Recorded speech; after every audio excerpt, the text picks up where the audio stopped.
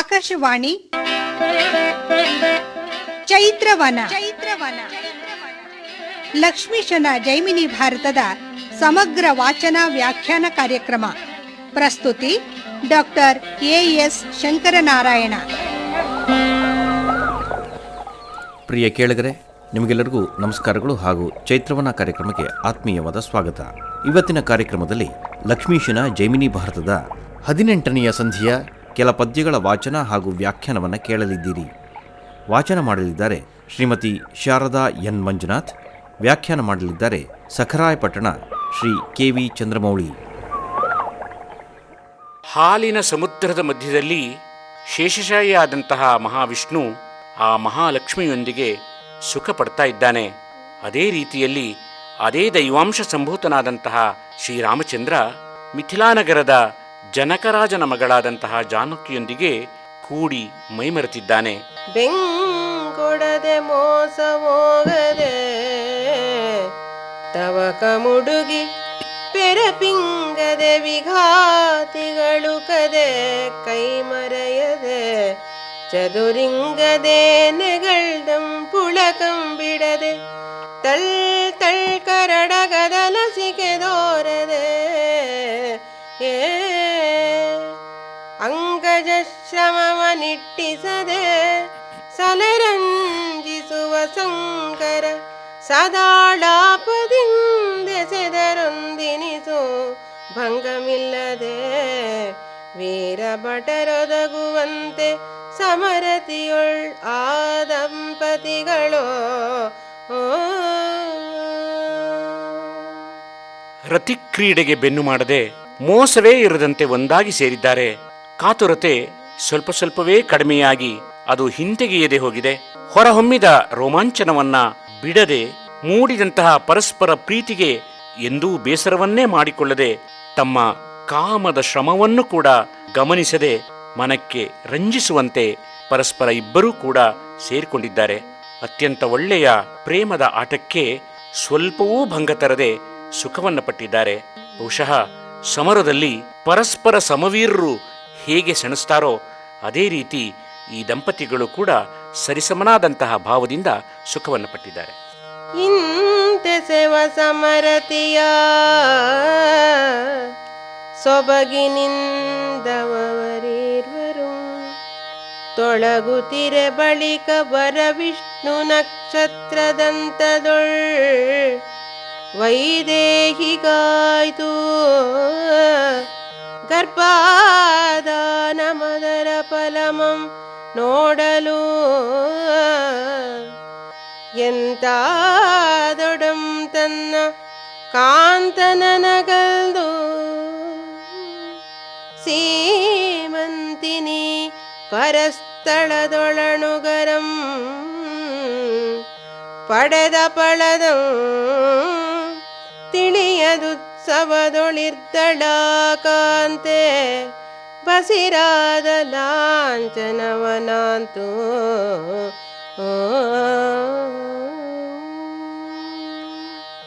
ಒಂದು ಶುಭ ನಕ್ಷತ್ರದಲ್ಲಿ ಶುಭ ಮುಹೂರ್ತದಲ್ಲಿ ನಡೆದಂತಹ ಈ ದಂಪತಿಗಳ ಸಮಾಗಮದ ಫಲವಾಗಿ ಇಬ್ಬರೂ ಶೋಭಿಸಿದ್ದಾರೆ. ಶುಭಕರನಾದ ಮಹಾವಿಷ್ಣುವಿನ ನಕ್ಷತ್ರದ ಹಾಗೆ ಸೀತೆಗೆ ಅಂದು ಗರ್ಭಾಧಾನವಾಗಿದೆ. ಅದರ ಫಲವನ್ನು ಕಾಣಲು ಸಾಕಷ್ಟು ಸಮಯ ಬೇಕು. ಹೇಗಾದರೂ ಆಗಲಿ ಪತಿಯನ್ನು ಅಗಲಿ ಗರ್ಭಿಣಿ ಬೇರೆ ಜಾಗದಲ್ಲಿ ಮಕ್ಕಳನ್ನ ಪಡೀತಾಳೆ. ಇದು ಮುಂದೆ ಆಗಬಹುದಾದಂತಹ ಘಟನೆಯಾದರೂ ಕೂಡ ಅದನ್ನು ತಿಳಿಯದೇ ಇರತಕ್ಕಂತಹ ಆ ಸೀತೆ ತನ್ನ ಬಸಿರನ್ನು ಹೊಂದಿದಂತಹ ಚಿಹ್ನೆಗಾಗಿ ತುಂಬ ಸಂತೋಷ ಪಟ್ಟಿದ್ದಾಳೆ. ಆ ಸಂತಸದ ದಿನವನ್ನ ಕಳೀತಾ ಇದ್ದಾಳೆ. ಸಣ್ಣ ನಡುಬಳೆಗೆ ತಿವಳಿಗಳಡಗೆ ತೆಳ್ಯಾಸೆ ನುಣ್ಣಗೆ ಪೊಗರ್ವಡೆಯೆ ಚೂಚಕದ ಕಪ್ಪುಣ್ಮೆ ತಿಣ್ಣ ಮೊಲೆ ಬಿಣ್ಪೆಡರೆ ಕಾಲ್ಮಂದ ಗತಿಗಲಸೆ ನಗೆ ಮೊಗಂ ಬೆಳ್ಪುದೋರೇ ಕಣ್ಣೆವೆಯ ಪುರ್ಪಿನ ನವಿರ್ಮಿಂಚುದಳೆಯೇ ತನು ತಣ್ಣಸದೊಳೆಸೆಯೇ ಹೊಸಗಾಡಿ ಬೆತ್ತಿರ್ತಳೆ ಏ ಬಣ್ಣಿಸುವೆನೋ ಸತ್ಕಾಂಚನ ಲತಾಂಗಿ ಸುತ ಲಾಂಛನದ ಗರ್ಭದಿಂದೆ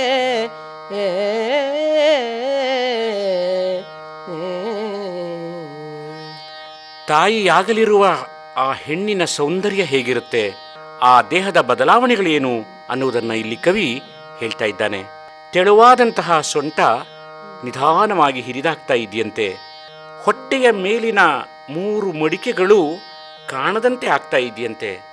ತೆಳುವಾಗಿ ನುಣುಪಾಗಿ ಇಡೀ ಶರೀರ ಕಾಂತಿಯನ್ನು ಹೊಂದಿದೆ. ಸ್ತನಗಳ ತುದಿಯಲ್ಲಿ ಕಪ್ಪು ಹೆಚ್ಚಾಗಿ ಭಾರವಾಗ್ತಾ ಇದೆಯಂತೆ.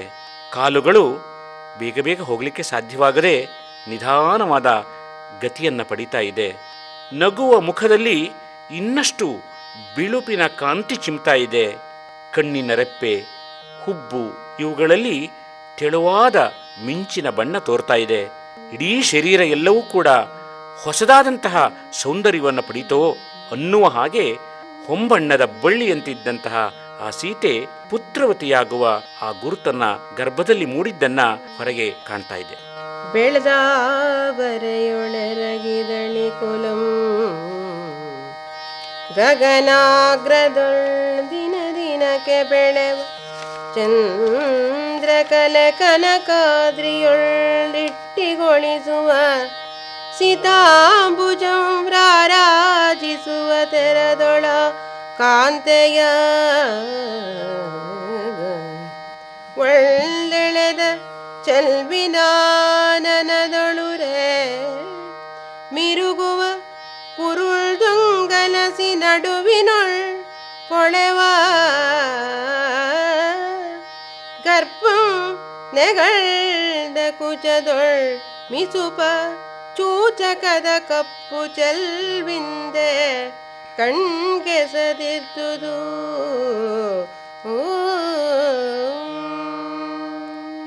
ಬಿಳಿಯ ತಾವರೆಯ ಮೇಲೆ ಕುಳಿತಂತಹ ದುಂಬಿಯ ಸಮೂಹ, ಆಕಾಶದ ತುದಿಯಲ್ಲಿ ದಿನದಿಂದ ದಿನಕ್ಕೆ ಬೆಳೀತಾ ಇರತಕ್ಕಂತಹ ಶುಕ್ಲ ಪಕ್ಷದ ಚಂದ್ರನ ಹಾಗೆ ಕಾಂತಿಯ ಶರೀರ ಬೆಳೀತಾ ಇದೆ. ಚಿನ್ನದ ಪರ್ವತದ ಮೇಲೆ ಕಾಣತಕ್ಕಂತಹ ಬಿಳಿಯ ತಾವರೆಯ ಹಾಗೆ ಶೋಭಿಸ್ತಾ ಇದ್ದಾಳೆ.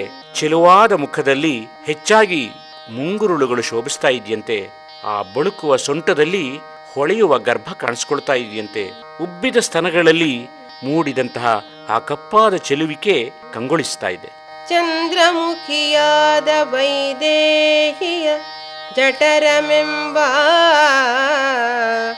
ಚಂದ್ರಕಾಂತದ ಮಣಿಯ ಮಧ್ಯದೊಳ್ ತವೆ ರಾಮಚಂದ್ರನೆಂಬ ಕಿಳ ಲೋಕಾನಂದಕರಮಾದ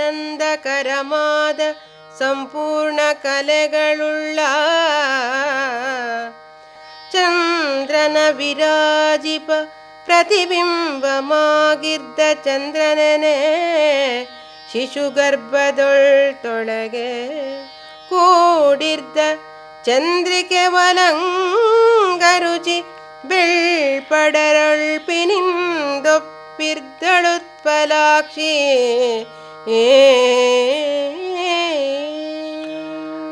ಚಂದ್ರನಂತೆ ಮುಖವುಳ್ಳ ಸೀತಾದೇವಿಯ ಆ ಉದರದಲ್ಲಿ ಚಂದ್ರಕಾಂತಮಣಿಯ ಮಧ್ಯಭಾಗದಲ್ಲಿ ಈ ಶ್ರೀರಾಮಚಂದ್ರ ಅನ್ನುವ ಸಕಲ ಲೋಕಕ್ಕೆ ಆನಂದವನ್ನು ನೀಡ್ತಾ ಇರತಕ್ಕಂಥವನು, ಸಂಪೂರ್ಣವಾದ ಕಲೆಗಳಿಂದ ಕೂಡಿದಂಥವನು, ಚಂದ್ರನ ಕಾಂತಿಯನ್ನೇ ಹೋಲುವ ಆ ಪ್ರತಿಬಿಂಬದ ಹಾಗೆ ಶಿಶು ಆ ತಾಯಿಯ ಗರ್ಭದಲ್ಲಿ ಸೇರಿದೆ.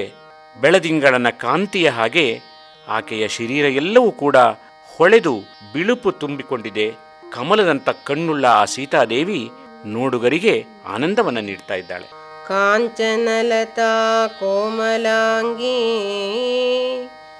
ಗರ್ಭಿಣಿಯಾದ ಲಾಂಛನಮಲಿನ ಕುಲಾದೀಶ್ವರಂ ಕಂಡು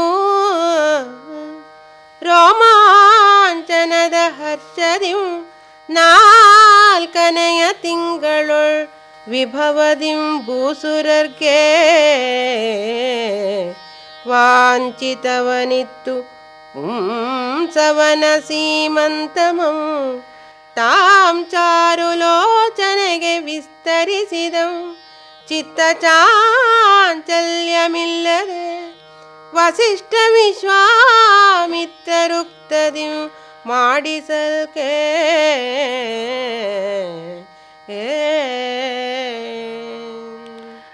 ಚಿನ್ನದ ಬಣ್ಣವನ್ನು ಹೊಂದಿ ಸುಕೋಮಲೆಯಾಗಿರತಕ್ಕಂತಹ ಸೀತೆಯು ಗರ್ಭಿಣಿಯ ಗುಣಲಕ್ಷಣಗಳನ್ನು ಹೊಂದಿದ್ದನ್ನು ನೋಡಿದ್ದಾನೆ ರಾಮ. ಆನಂದ ತುಂದಿಲನಾಗಿದ್ದಾನೆ. ತಾನು ತಂದೆಯಾಗ್ತಾ ಇದ್ದೀನಿ ಅನ್ನುವ ಭಾವ ಬಂದಿದೆ.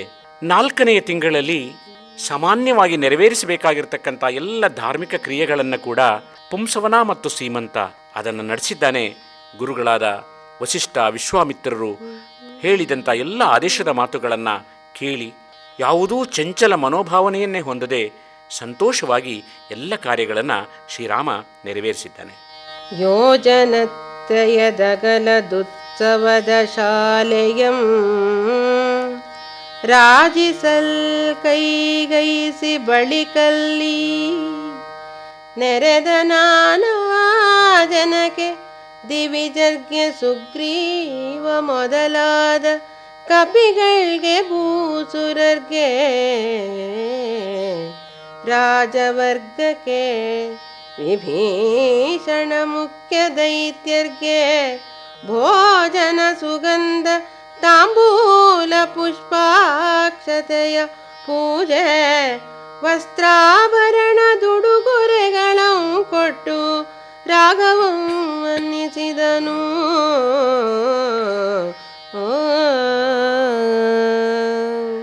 3 ಯೋಜನಗಳ ವಿಸ್ತಾರವಾದಂತಹ ಬಯಲಿನಲ್ಲಿ ಒಂದು ದೊಡ್ಡ ಮಹೋತ್ಸವದ ಕಾರ್ಯ ನಡೆಯಲಿಕ್ಕೆ ಎಲ್ಲ ಸಿದ್ಧತೆಯನ್ನು ಮಾಡಿಕೊಂಡಂತಹ ಭವನ ರಾರಾಜಿಸಿದೆ.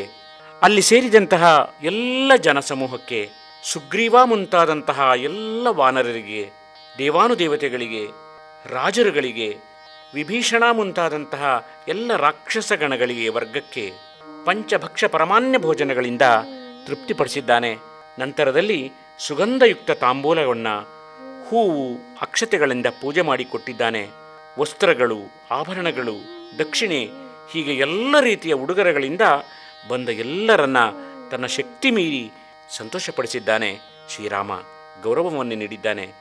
ಉತ್ಸವಕ್ಕೆ ಬಂದನಿ ಬರೆಲ್ಲರಂ ಶರಣ ಜನ ವತ್ಸಲಂ ಸತ್ಕರಿಸಿ ಬೀಳ್ಕೊಟ್ಟು ರಾಜ ಸಂಪತ್ ಸುಖದೊಳಿರ್ವನಿತರುಳ್ ಚಳಿಕ ಸೀತೆ ನಿಜ ಕಾಂತನೇ ಕಾಂತ ಕೈದೆ ಕುತ್ಸಿತಂ ಪೊರ್ದದಾಶ್ರಮದ ಋಷಿ ಪತ್ನಿಯರ ಸತ್ಸಂಗದೊಳ್ ತನ್ನ ಬೇಸರಂ ತವಿಸುವೆ ನಿದುತ್ಸಕಂ ತನಗದರಿ ನಿನ್ನೊಮ್ಮೆ ಬನಕೆ ತನ್ನಂ ಕಡುಗಬೇಕೆಂದಳು.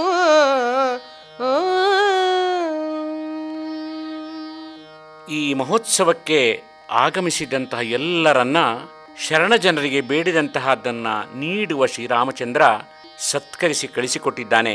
ಕಾರ್ಯಕ್ರಮ ಎಲ್ಲ ಕೂಡ ಯಶಸ್ವಿಯಾಗಿ ಮುಗಿದಿದೆ. ಕೆಲವು ದಿನ ಕಳೆದಿದೆ. ಹೀಗೆ ರಾಜಭೋಗದ ಸುಖದಲ್ಲಿ ಇಬ್ಬರೂ ಸ್ವಲ್ಪ ಕಾಲ ಕಳೆದಿದ್ದಾರೆ. ಆಗ ಸೀತೆಗೆ ಇದ್ದಕ್ಕಿದ್ದಂತೆ ಗರ್ಭಿಣಿಯ ಬಯಕೆಯಾಗಿದೆ. ತನ್ನ ಪತಿಯನ್ನ ಏಕಾಂತದಲ್ಲಿ ಭೇಟಿ ಮಾಡಿ ಹೇಳ್ತಾ ಇದ್ದಾಳೆ, ನನಗೆ ಪವಿತ್ರವಾದ ಆಶ್ರಮಗಳಲ್ಲಿ ಋಷಿಪತ್ನಿಯರ ಒಳ್ಳೆಯ ಸಹವಾಸದಲ್ಲಿ ನನಗೆ ಬಿದ್ದಿರತಕ್ಕಂಥ ಬೇಸರವನ್ನ ಕಳೀಬೇಕು ಅನ್ನುವ ಮನೋಬಯಕೆಯಾಗಿದೆ. ದಯಮಾಡಿ ಇನ್ನೊಂದು ಬಾರಿ ನನ್ನನ್ನ ವನಕ್ಕೆ ಕಳುಹಿಸಿಕೊಡು ಅನ್ನುವ ಮಾತುಗಳನ್ನು ಹೇಳ್ತಾ ತನ್ನ ಮನೋಬಯಕೆಯನ್ನ ಶ್ರೀರಾಮನಲ್ಲಿ ವಿನಂತಿಸಿದ್ದಾಳೆ. ಆ ಕ್ಷಿತಿಜ ಬಯಕೆಯಂ ಭಿನ್ನೈಸೆ ಕೇಳ್ದು ನಗುತಾಕ್ಷೇಪದಿಂದೆ ಕಳುಹುವನಾಗಿ ಸಂತೈಸಿ ರಾಕ್ಷಸಾಂತಕ ನಿರಲ್ ಕೊಂದಿರುಳ್ ಕನಸು ಗಂಡೇಳುತ್ತೆ ವಸಿಷ್ಠನೊಡನೆ ಈ ಕ್ಷೋಣಿಸುತ್ತೆ ಗಂಗೆಯಂ ಕಳೆದು ಕಾಡೊಳ್ ಮಹಾಕ್ಷೀಣೆಯಾಗಿ ದೇಸಿಗರಂತೆ ದೆಸೆ ದೆಸೆಯ ನೀಕ್ಷಿಸುತ್ತೆ ಮರುಗುತೊಳು ತಿರ್ತುದಂ ಕಂಡೆನು ಇದುಲೇ ಸೌದೆ ಪೇಳೆಂದನು.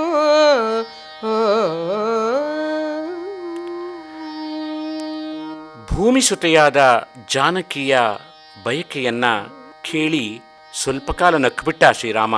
ತಕ್ಷಣವೇ ಆಕ್ಷೇಪಣೆಯನ್ನೂ ಮಾಡ್ತಾ ಇದ್ದಾನೆ.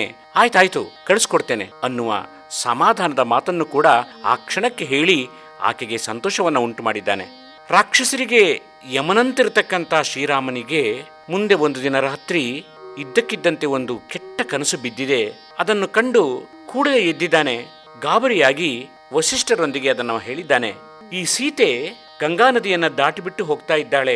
ಕಾಡಿನಲ್ಲಿ ಮಹಾ ದುರ್ಬಲಳಾಗ್ಬಿಟ್ಟಿದ್ದಾಳೆ. ಅನಾಥಳಂತೆ ಕಾಣ್ತಾ ಇದ್ದಾಳೆ. ದಿಕ್ಕನ್ನ ನೋಡ್ತಾ ದುಃಖ ಪಡ್ತಾ ಅಳ್ತಾ ಇರತಕ್ಕಂತಹದ್ದನ್ನ ನಾನು ಕನಸಿನಲ್ಲಿ ಕಂಡುಬಿಟ್ಟಿದ್ದೇನೆ. ಇಂತಹ ಕನಸು ಒಳ್ಳೆಯದೇ, ಹೇಗೆ ಅನ್ನುವ ಮಾತನ್ನ ಕೇಳ್ತಾ ಇದ್ದಾನೆ. ಎನೆ ಕನಸಿದೊಳ್ಳಿತಲ್ಲೆಂದದಕ್ಕೆ ಶಾಂತಿಯಂ ಮುನಿವರ ವಸಿಷ್ಠಂ ನೆಗಳ್ಚಿದಂ ಬಳಿಕ ಮನದನುತಾಪದಿಂ ಪ್ರಜಯನಾರೈವುದಂ ಮರೆದೆರಡು ಮೂರು ದಿವಸಮಿದ್ದು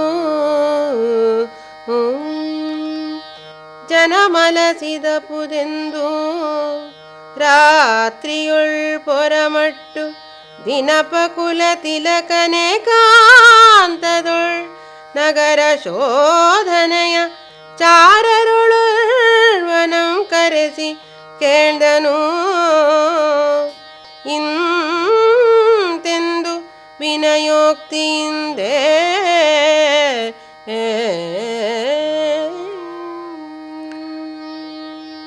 ಶ್ರೀರಾಮನಿಗೆ ಬಂದಂತಹ ಕನಸಿನ ಕಥೆಯನ್ನ ವಸಿಷ್ಠರು ಕೇಳಿದ್ದಾರೆ. ಇದು ಒಳ್ಳೆಯ ಶಕುನ ಅಲ್ಲಪ್ಪ, ಇದೊಂದು ಅಪಶಕುನ. ಇದಕ್ಕೆ ಒಂದು ಶಾಂತಿ ಕಾರ್ಯವನ್ನು ಮಾಡ್ಕೋ ಅನ್ನುವ ಮಾತನ್ನ ವಸಿಷ್ಠರು ಹೇಳಿದ್ದಾರೆ. ಮನಸ್ಸಿಗೆ ಬಹಳ ನೋವಾಗಿದೆ ರಾಮನಿಗೆ. 1-2-3 ದಿನ ಆ ನೋವಿನಲ್ಲಿ ಪ್ರಜೆಗಳ ಕ್ಷೇಮ ಸಮಾಚಾರವನ್ನ ವಿಚಾರಿಸುವುದನ್ನು ಕೂಡ ಮರೆತು ಬಿಟ್ಟಿದ್ದಾನೆ. ಆದರೆ ಇದ್ದಕ್ಕಿದ್ದಂತೆ ಅವನ ರಾಜಧರ್ಮ ಪುಟಿದೆದ್ದಿದೆ. ನಾನು ರಾಜನಾಗಿ ಕರ್ತವ್ಯವನ್ನು ನಿರ್ವಹಿಸಬೇಕು ಅನ್ನುವ ಜಾಗೃತಿ ಉಂಟಾಗಿದೆ. ಕೂಡಲೇ ಯೋಚನೆ ಮಾಡಿ ಜನಗಳು ಸೋಮಾರಿಗಳಾಗಬಾರ್ದು, ಬೇಸರಗೊಳ್ಳಬಾರದು ಅನ್ನುವ ಭಾವನೆಯಿಂದ ರಾತ್ರಿಯಲ್ಲಿ ನಗರ ಸಂಚಾರವನ್ನು ಮಾಡ್ತಾ ಎಲ್ಲರ ಯೋಗಕ್ಷೇಮವನ್ನ ವಿಚಾರಿಸಲಿಕ್ಕೆ ಹೊರಟಿದ್ದಾನೆ. ಸೂರ್ಯ ಕುಲಕ್ಕೆ ತಿಲಕಪ್ರಾಯನಾದಂತಹ ರಾಮ ರಕ್ಷಕ ಭಟನನ್ನ ಕರೆದಿದ್ದಾನೆ. ಅತ್ಯಂತ ವಿನಯದ ಮಾತುಗಳನ್ನ ಆಡ್ತಾ ಅವನ ಕೇಳ್ತಾ ಇದ್ದಾನೆ. ನಿಂದಿಸರಲೆ ಪ್ರಜೆಗಳಿನ್ನೆಗಂ ತನ್ನ ಗುಣ ಕೊಂದಿಸರಲೆ ಪಳಿವನ ಮಲತರ ಕೀರ್ತಿಯಂ ಕಂದಿಸರಲೆ ದೂಸರಿಂದೆ ಭುಜ ವಿಜಯ ಪ್ರತಾಪ ತೇಜವನಿಳೆಯೋಳು ನಂದಿಸರಲೆ ಜರೆದು ನಿಜ ವಂಶದೇಳ್ಗೆಯ ಕುಂದಿಸರಲೆ ಕಾಡಿಗಳೆದು ವಾಮಾನದೊಳ್ ಸಂಧಿಸರಲೆ ಕೊಂಕು ಕೊರತೆಗಳ ನಿಂದವನ್ ಹಸುರಾರಿ ಬೆಸಗೊಂಡನು.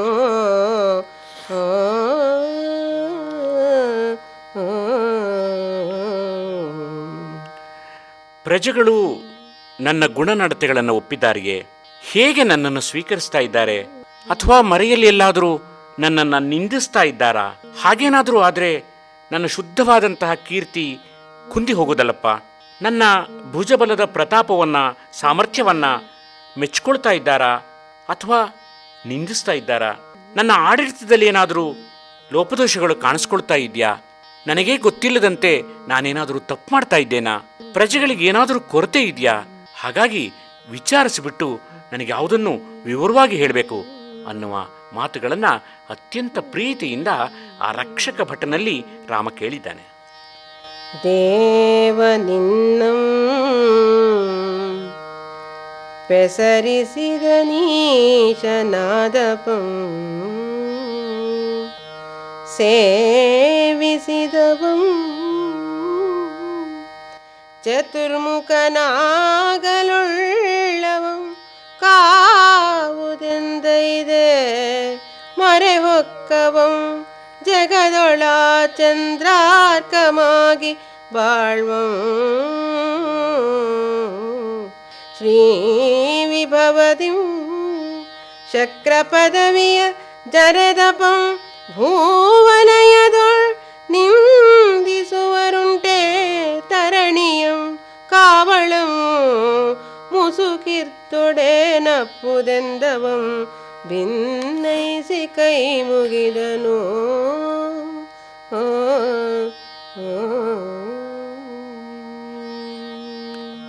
ನಿನ್ನ ಹೆಸರನ್ನು ಹೇಳಿದ ಮಾತ್ರಕ್ಕೆ ಈಶ್ವರನಾಗ್ತಾನೆ ಮಾನವ.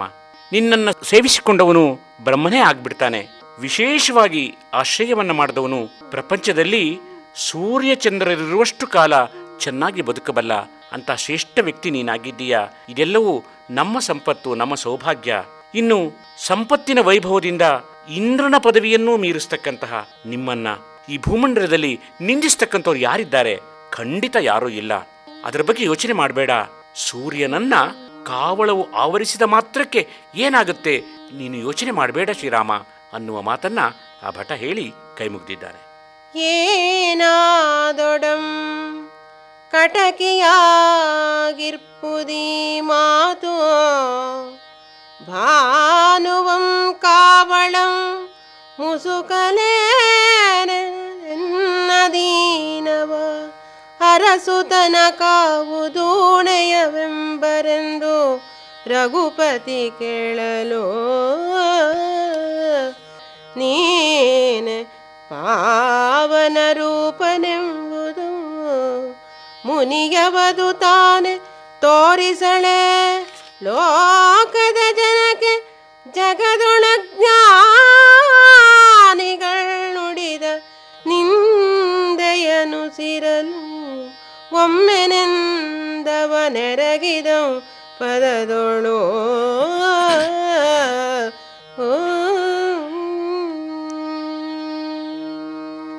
ಸರಿಯಾಗಿ ಗಮನಿಸಿದರೆ ಈ ಮಾತಿನಲ್ಲಿ ಯಾವುದೋ ಒಂದು ವಿರೋಧವಾದ ಧ್ವನಿ ಇದೆ. ಸೂರ್ಯನನ್ನ ಕಾವಳ ಮುಸುಕಿದೆ ಅಂದ್ರೆ ಅರ್ಥ ಏನು? ಅದೇನು ನನ್ನಿಂದಾಗಿರ್ತಕ್ಕಂತಹ ಲೋಪ ಅಂತ ಹೇಳಿ ಶ್ರೀರಾಮ ರಕ್ಷಕ ಭಟನನ್ನು ಕೇಳ್ತಾ ಇದ್ದಾನೆ. ಆಗ ಅವನು ಹೇಳ್ದ, ನೀನೇ ಪವಿತ್ರನಾಗಿದ್ದೀಯಾ ಅನ್ನುವುದನ್ನ ಈ ಲೋಕದ ಜನಕ್ಕೆ ಮುನಿಗಳು ತಿಳಿಸ್ತಾ ಇಲ್ವೇ? ಯಾರೋ ತಿಳುವಳಿಕೆ ಇಲ್ದಲೇ ಇರತಕ್ಕಂಥವರು ಅಜ್ಞಾನಿಗಳು ಆಡಿದಂಥ ಒಂದು ನಿಂದೆಯ ಮಾತನ್ನ ಹೇಳಲು ನನಗೆ ಸಾಧ್ಯ ಆಗ್ತಾ ಇಲ್ಲಪ್ಪ, ದಯಮಾಡಿ ಕ್ಷಮಿಸಿಬಿಡು ಅಂತ ಹೇಳಿ ರಾಮನ ಪಾದಕ್ಕೆ ನಮಸ್ಕರಿಸ್ತಾ ಇದ್ದಾನೆ. ಏಳಂಜ ಬೇಡಿನ್ನು ಮಾಜದಿ ತನ್ನಾಣೆ ಹೇಳೆಂದು ರಘುಕುಲಲ ಮನೊತ್ತಾಯದಿಂ ಕೇಳಲವನೆಂದನಮದರಿ ಸರ್ವ ಮಡಿವಾಳಿ ಮಲಿನಮಂ ತೊಳೆವನಾಗಿ ಕಾಡು ಕೆಡದಂ ಜೀಗ ಸದ್ಗುಣ ಚರಿತ್ರನ ಮಾಳಿಯಂ ಜಗಮಂ ಪುನೀತಮಂ ಆಳ್ಪ ನಿನ್ನೇಳಿಗೆಯನವನೆತ್ತಬಲ್ಲನು ಎನಲು ಏನೆಂದನೆನಲಾದನು ಇಂತೆಂದನು.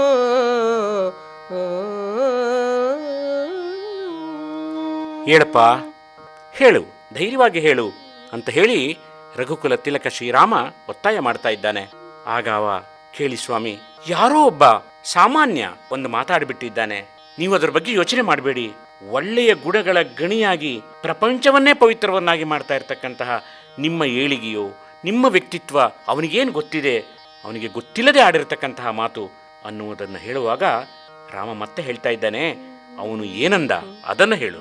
ಪೆಂಡತಿ ತವರ್ಮನೆಗೆ ಮುಳಿದು ಪೇಳದೆ ಪೋದ ಚಂಡಿತನ ಕವಳ ತಾಯ್ ತಂದೆಗಳ್ ಕಳುಹ ಬಂದಂಡಲದೊಡಿನ್ನೊಲ್ಲೆ ನಗಲಿರ್ದ ಮಡದಿಯಮ್ಮತ್ತೆ ರಘುನಾಥನಂತೆ ಕೊಂಡಾಳುವವನಲ್ಲ ತಾನೆಂದು ರಜಕನುದ್ದಂಡದೊಳ್ನುಡಿಯೇ ಕಿವಿ ಮುಚ್ಚಿಕೊಳ್ಳುತ್ತೆಯನ ಖಂಡಿತದ ಮಂತ್ರಪೂತದ ಹವಿಯ ನರದೆಂಜಲಿಪುದೆ ವಾಯಸಮೆಂದನು.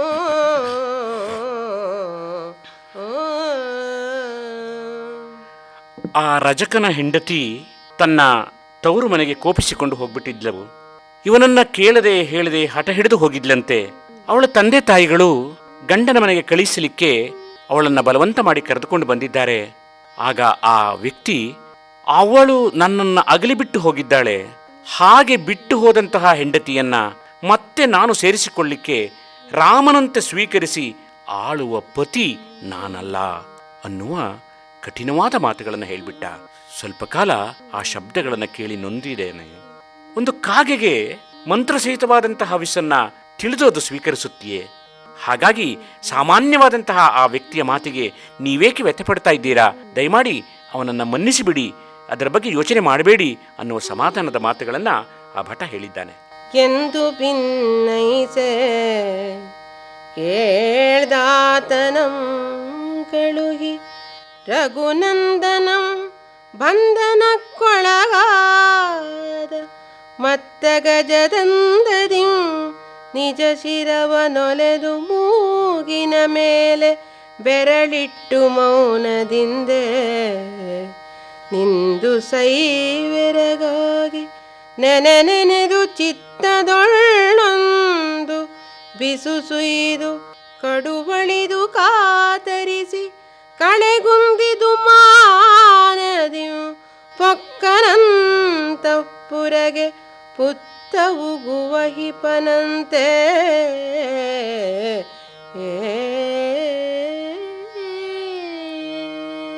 ಆ ಭಟ್ಟನ ಮಾತನ್ನ ಕೇಳಿ ಶ್ರೀರಾಮಚಂದ್ರ ಅವನನ್ನ ಮನೆಗೆ ಕಳಿಸಿದ್ದಾನೆ.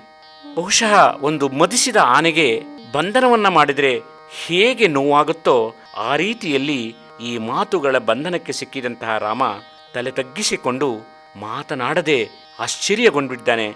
ಹಾಗೆ ಮೂಕನಾಗಿ ತನ್ನ ಮನೆಗೆ ಹೋಗಿ ಕುಳಿತುಬಿಟ್ಟಿದ್ದಾನೆ. ಅದೇ ಮಾತುಗಳನ್ನ ಮತ್ತೆ ಮತ್ತೆ ಮತ್ತೆ ಚಿಂತಿಸ್ತಾ ನಿಟ್ಟುಸಿರು ಬಿಡ್ತಾ ಕಳಾಹೀನನಾಗ್ಬಿಟ್ಟಿದ್ದಾನೆ. ಅದೇ ದುಃಖದಲ್ಲಿ ಅಂತಃಪುರವನ್ನು ಪ್ರವೇಶ ಮಾಡಿ ಏಕಾಂತವಾಗಿ ಕುಳಿತುಕೊಂಡ್ಬಿಟ್ಟಿದ್ದಾನೆ. ಹುತ್ತದಲ್ಲಿ ಹೋಗಿ ಕುಳಿತುಕೊಳ್ಳತಕ್ಕಂತಹ ಹಾವು ಹೇಗಿರುತ್ತೋ ಆ ಸ್ಥಿತಿಯಲ್ಲಿ ಆತ ಕುಳಿತು ಬಿಟ್ಟಿದ್ದಾನೆ. ಓಲಗಂಗುಡದೆ ಬಾಗಿಲ್ಗೆ ಬಂದ ಕಿಳಭೂಪಾಲರಂ ಕರೆಸಿ ಕಾಣಿಸಿಕೊಳ್ಳದೊಳಗೆ ಚಿಂತಾಲತಾಂಗಿಯ ಕೇಳಿಗೆಡೆ ಕೊಟ್ಟು ರಾಜೇಂದ್ರ ನಿರೆ ಕೇಳ್ದು ಭೀತಿಯಿಂದೆ ಆ ಲಕ್ಷಣಾದಿಗಳ್ ಪೊಕ್ಕರಂತಪುರವನು ಆಲಿಂಗಿಸಿದ ಜಾಡ್ಯದಿಂದ ಜಡಿದ ವಯವದ ನೀಲಾಂಗನಂ ಕಂಡು ಕಾಲ್ಗೆರಗಿ ನುಡಿಸಲಂ ಅದೆ ಸುಮ್ಮನಿರುತ್ತಿದ್ದರು.